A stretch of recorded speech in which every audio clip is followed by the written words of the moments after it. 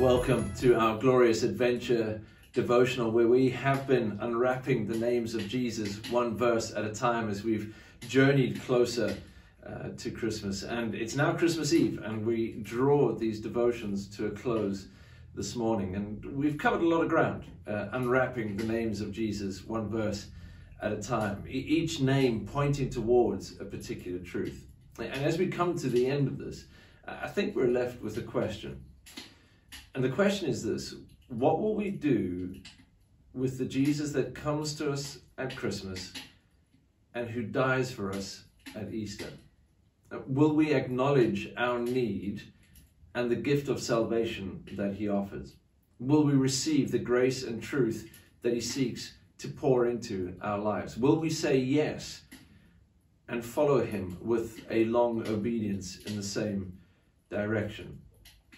That saying yes reminds me of a poem by a guy called John Davies in a book of his called Be Born in Us Today. And the poem is all about Mary and the choice that she faces, whether or not to say yes to God. Let me read it for you this morning.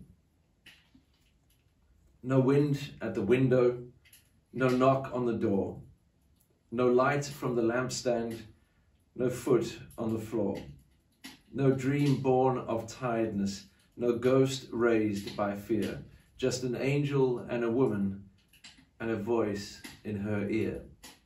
Oh Mary, don't hide from my face. Be glad that you're favored and filled with God's grace. The time for redeeming the world has begun, and you are requested to mother God's Son. This child must be born that the kingdom might come, salvation for many and destruction for some. Both end and beginning, both message and sign, both victor and victim, both yours and divine. No payment was promised, no promises made, no wedding was dated, no blueprint displayed. Yet Mary, consenting to what none could guess, replied with conviction, "Tell God I say yes." May you say yes to his free gift of salvation. Yes to receiving his grace and truth. And yes to following him with a long obedience in the same direction. And then, having said yes, may you know abundant hope. May you be thoroughly prepared for his coming.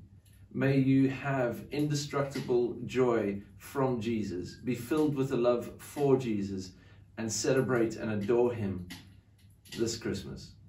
Merry Christmas, and God bless.